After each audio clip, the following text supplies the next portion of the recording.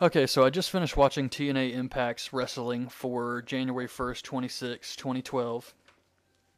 Start the show off with a recap of what happened last week with Bully Ray laying everybody out. And then they cut to now, where Bully Ray and Jeff Hardy are brawling around backstage. So they're kind of just fighting each other, rolling around. There's one funny spot where Bully Ray actually tries an elbow drop in a brawl, and he lands on some kind of stage equipment they have. Then they brawl into another room of the Impact Zone where they have a bunch of Abyss's barbed wire boards. So I guess they just leave those laying around back there, but the cameraman zooms in on them like they're going to use them, but of course they don't. And they eventually land into what I guess is the parking lot of the Impact Zone. And they're fighting around out there when Bobby Roode pulls up in a pickup truck.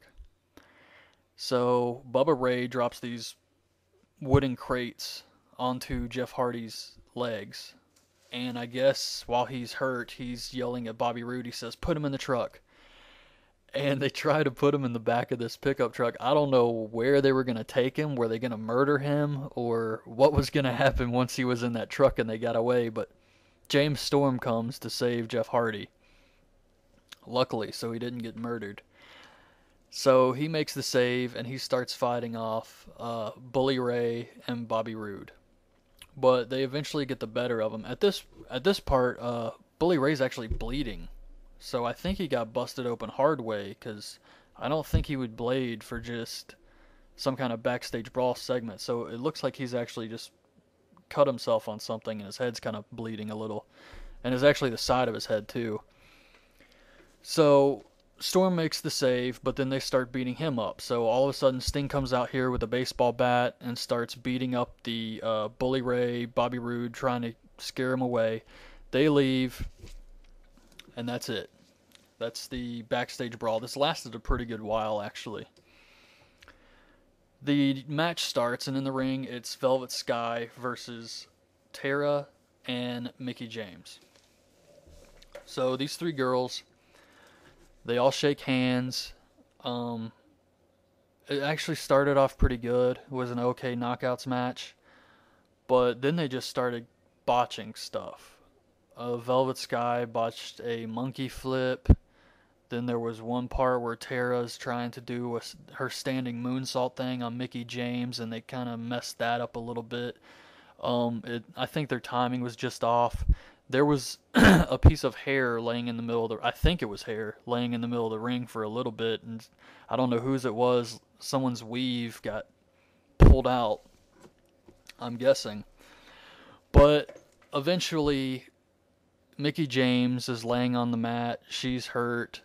Velvet Sky charges Tara. She picks her up and does some kind of like swirl sidewalk slam onto Mickie James. Then she pins Mickie James and gets the win. So this wasn't that bad. Tara's at least a believable number one contender. So, and it wasn't really predictable because she hasn't won a match in a while, and everybody just expected it to be Mickie James or Velvet Sky. So I didn't really have a problem with this. Like I said, they botched a few spots, but what knockout match doesn't have botched spots in it? I mean, they all do.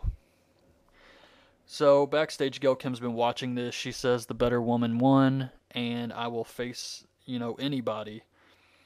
But I guess it's going to be me and Tara at Against All Odds. So I don't know if something's going to change, but that's another match added to Against All Odds pay-per-view. But I think the pay-per-view is still 2 weeks away. So I'm not exactly sure if something's going to change or they're just going to go with Gail Kim versus Tara. But who knows? It doesn't really matter. So, all right, Sting comes out with Storm and Hardy. And he says, "I'm going to get to the bottom of this. I'm going to settle this feud right now."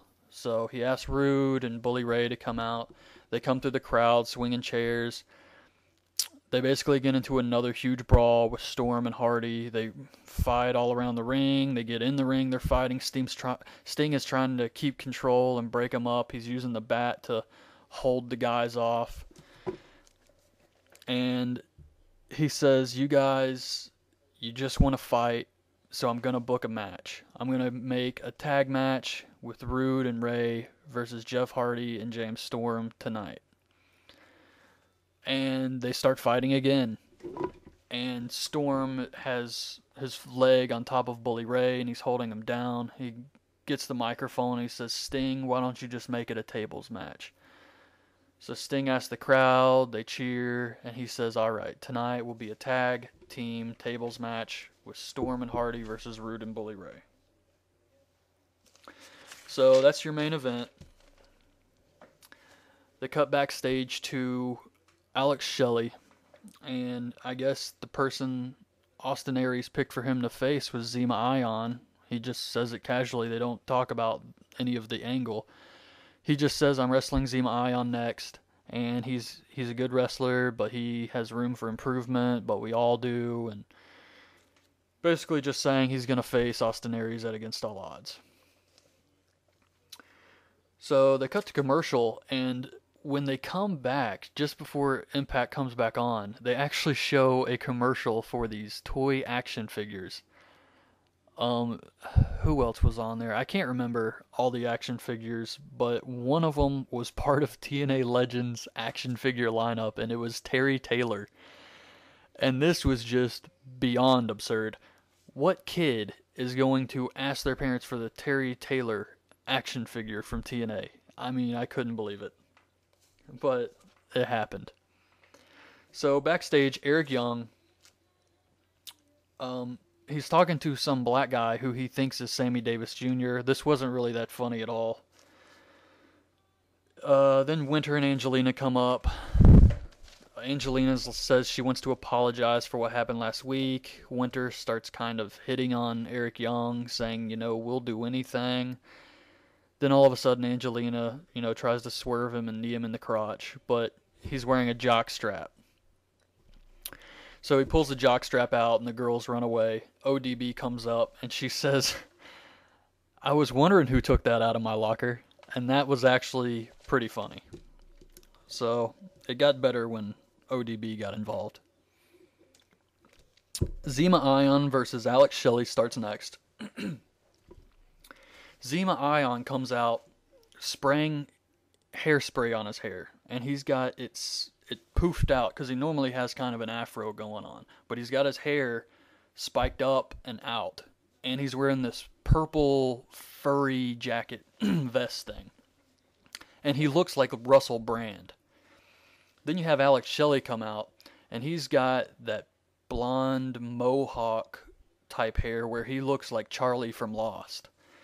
And it is just a battle of horrible hairstyles here. But they put on a pretty good match. It wasn't the best. I thought these guys could do a lot better. But, I mean, it wasn't bad at all. It was pretty good. Definitely the best match on the show.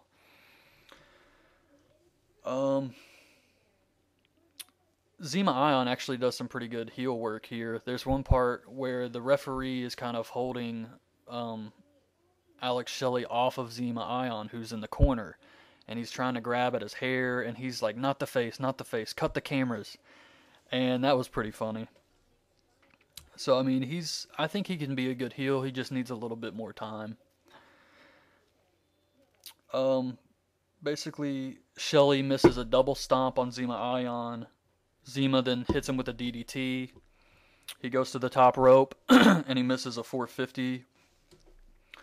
And Shelley recovers, hits him with the sliced bread, and gets the win. So it was a decent match, and it sets up Alex Shelley versus Austin Aries at Against All Odds. And that match should be very good. So I'm looking forward to that one. Backstage is AJ Styles. He says, this business has changed everyone. It's changed Bobby Roode. James Storm thinks I gave him a concussion. It's changed Christopher Daniels. And, Kazarian was just the last one. It was bound to happen, he says. And he says, I'm going to go out there and I'm going to get some answers.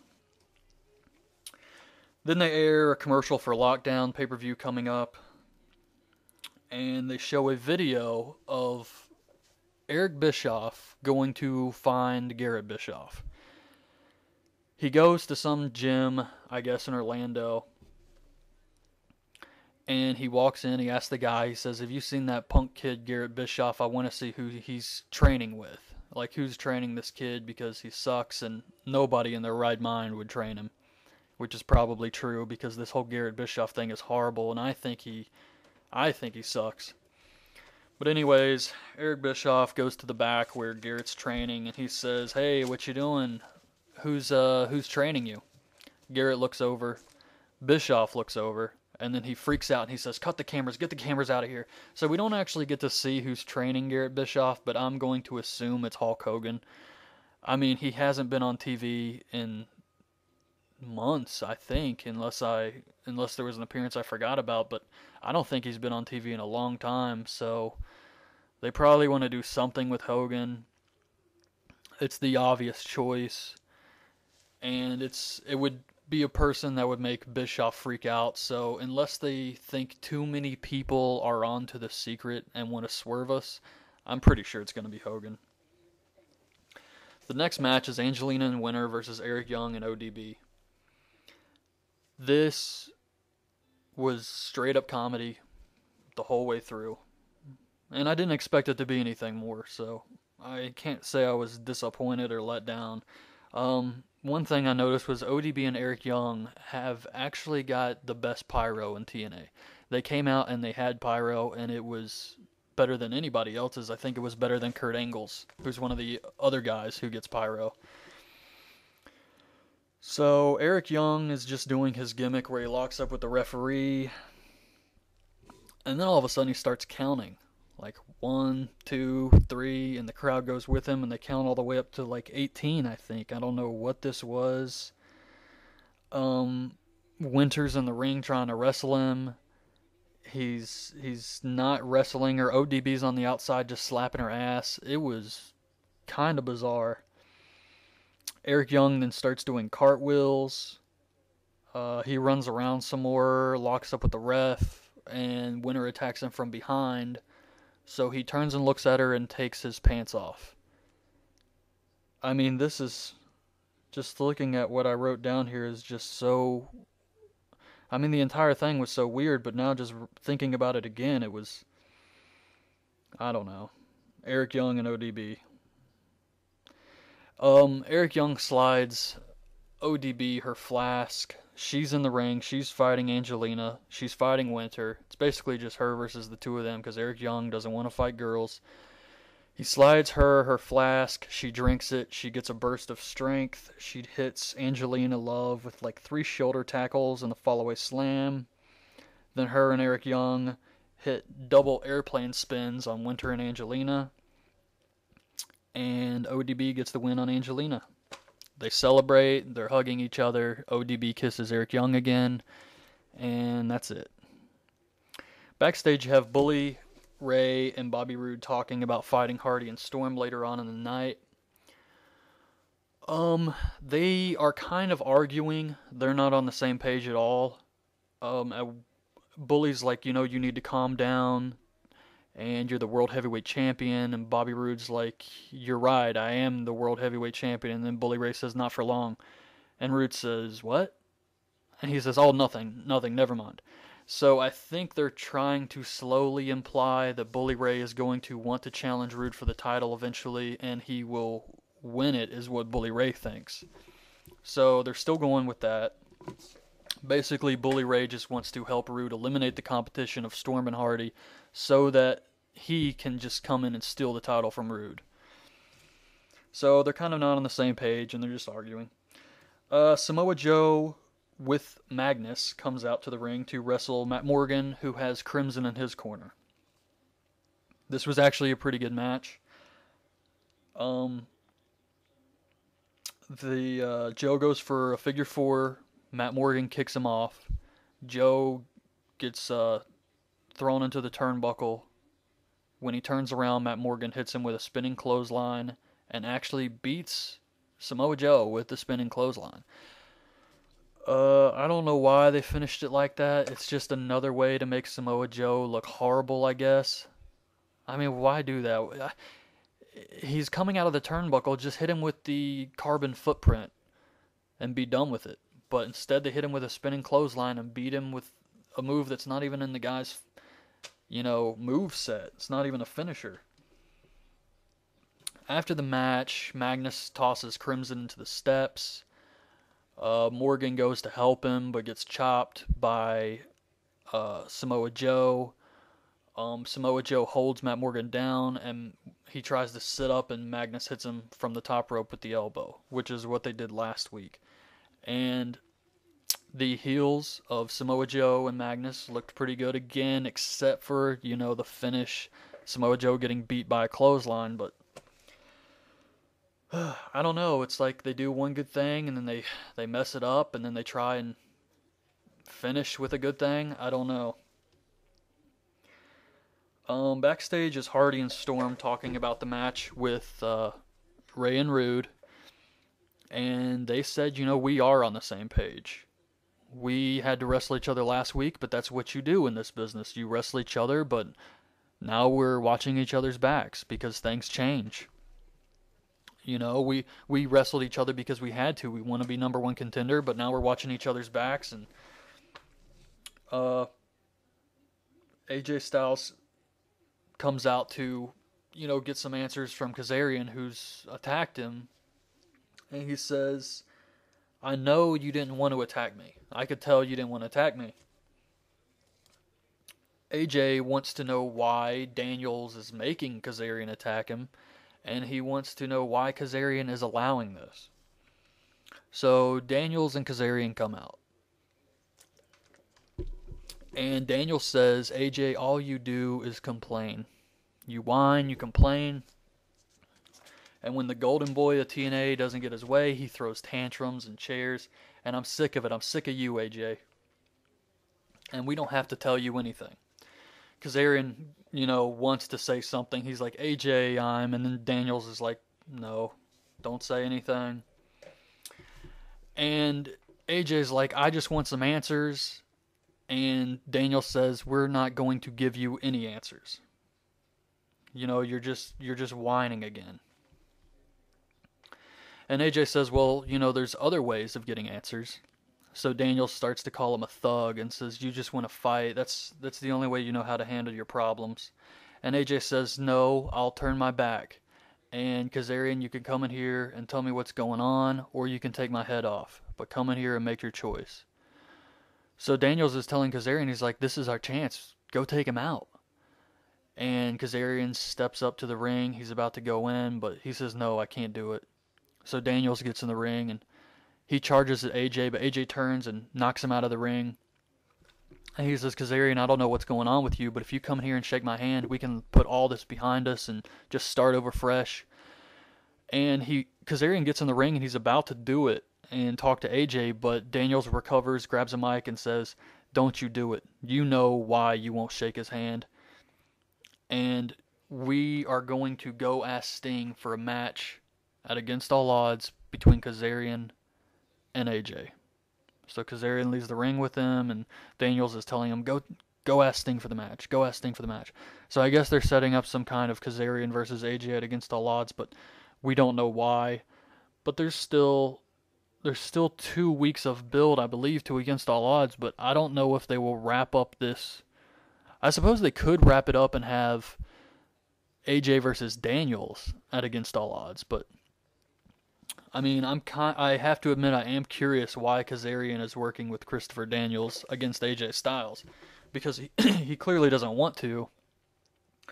So I do wonder, what's going on there. All right, the main event starts, and it's Jeff Hardy and James Storm versus Bully Ray and Bobby Roode in a tag team tables match. This match wasn't bad. They just brawled around the ring. It was a good brawl tables type matchup. They brawl around the ring. They tease some table spots. They use the stairs, hit some stair spots. Rude hits a suplex onto the entrance ramp onto James Storm.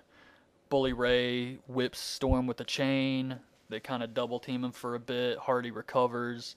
Everything basically takes place on the outside till, around the last probably 5 minutes of the match.